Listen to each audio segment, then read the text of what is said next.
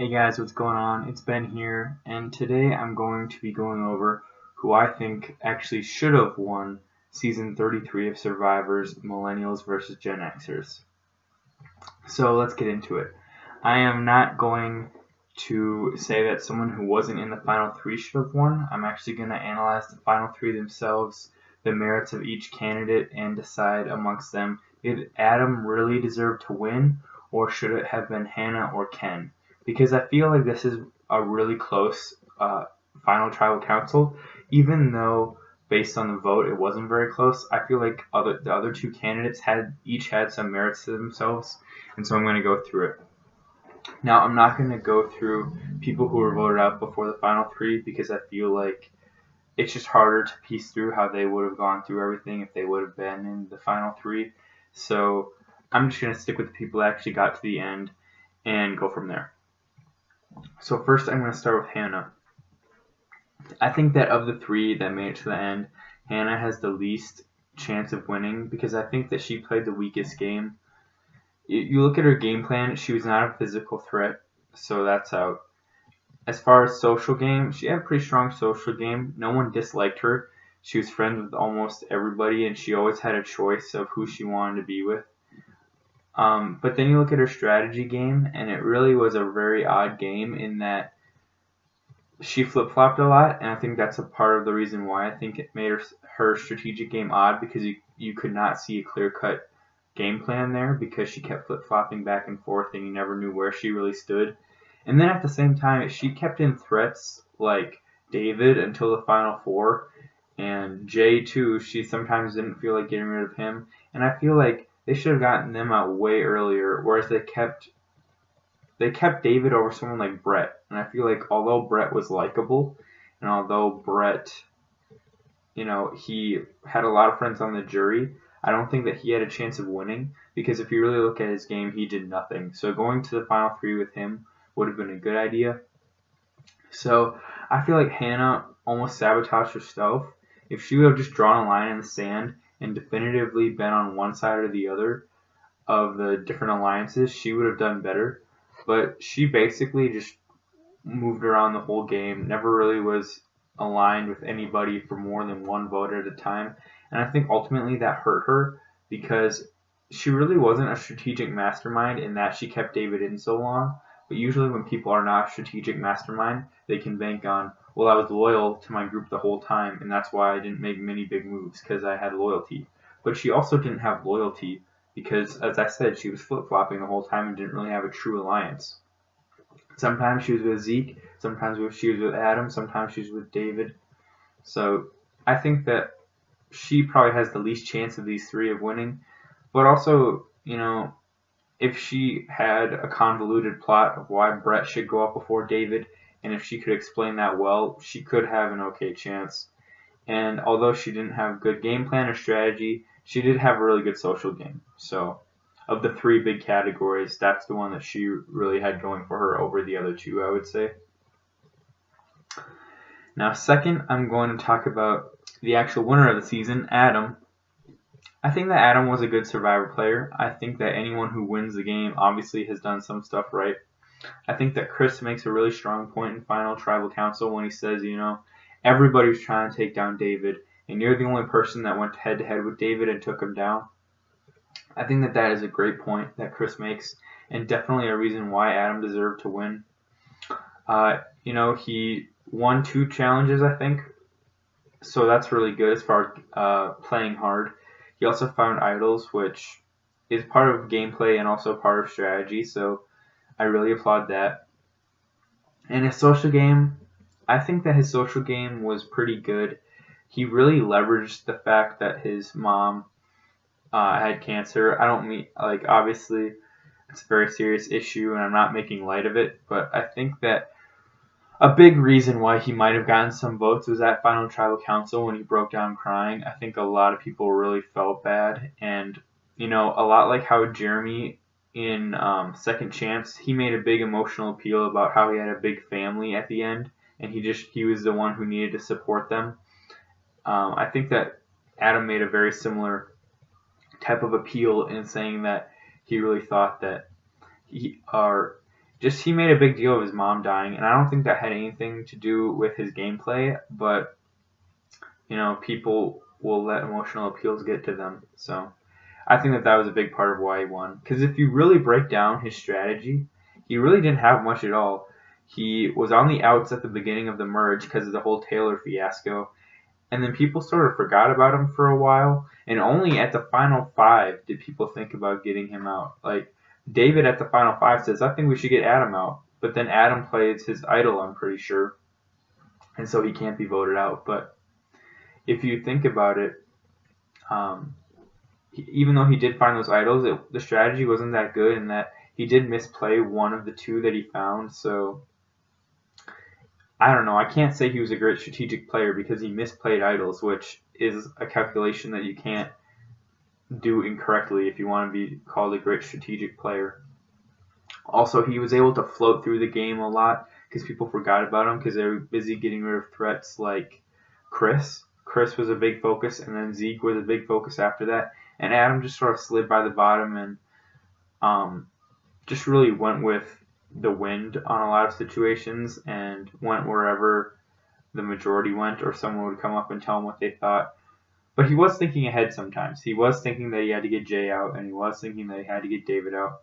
So I don't think he played a bad game by any means. I think he definitely deserved to win, but I don't know if he deserved to win over who he was playing against. I think if you get him to the end with Hannah and Brett, I think he definitely wins. I think he deserves it way more than either of those 2.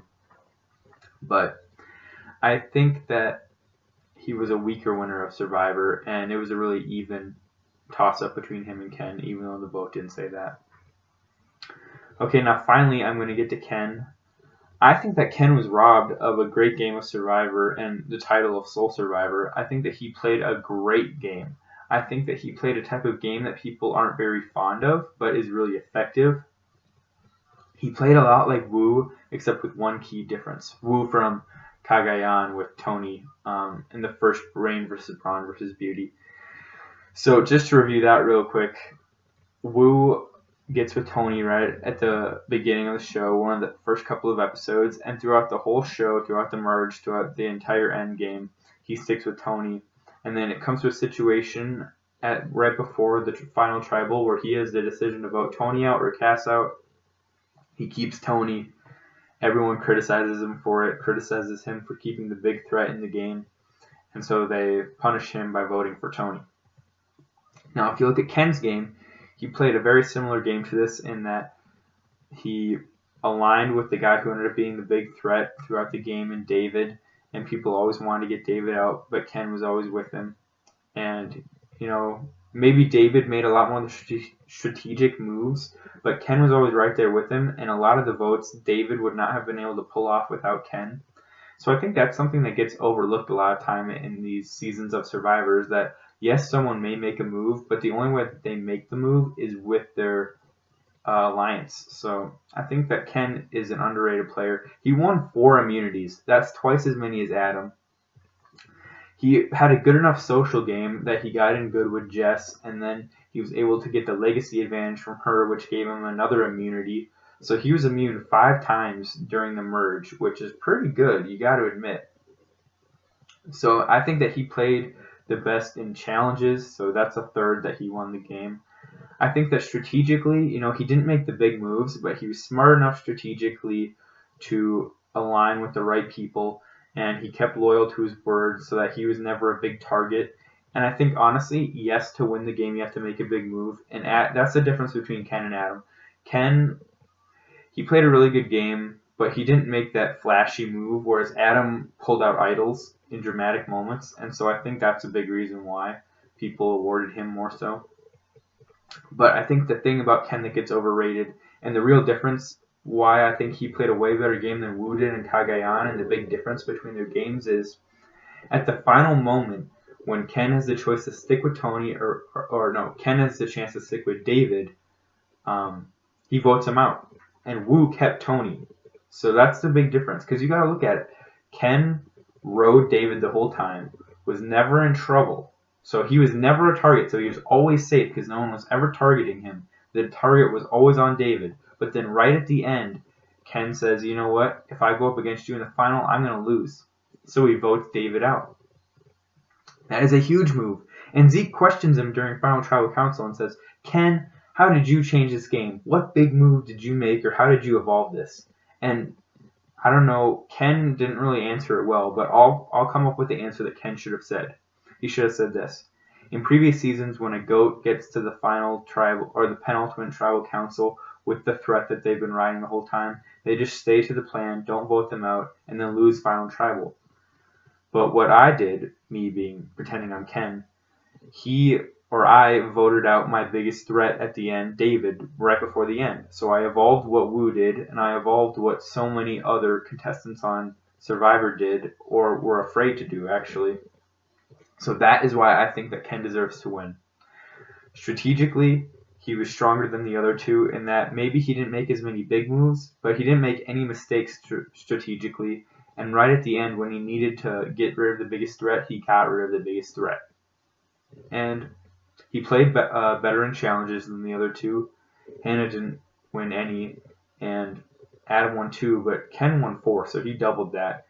And socially, there's this one episode where Will went off in a confessional about how he didn't like Ken. But overall, Ken didn't really offend anybody. Ken was a pretty good guy. I liked him a lot.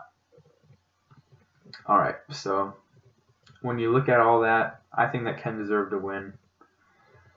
Also, I don't know, when you just look at Adam, I don't know, he played a decent game, but I just don't see it really. I think that he's definitely in the lower echelon of Survivor winners, I think.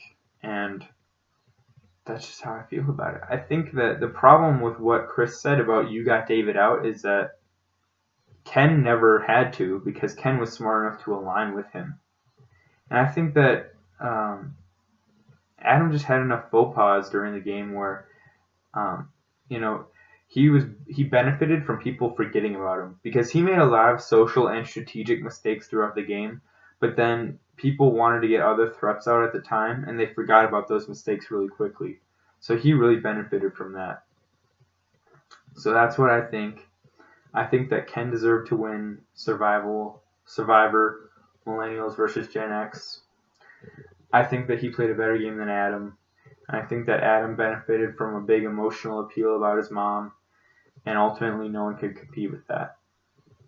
Also, people rewarded Adam for being able to get David out, but it was really Ken that got David out, because Hannah worked her magic on Ken and convinced him to vote David out. Adam actually had no part of it, so I don't think that Adam was really the one who decided that David was going. It was Ken who was going to decide whether David went or not.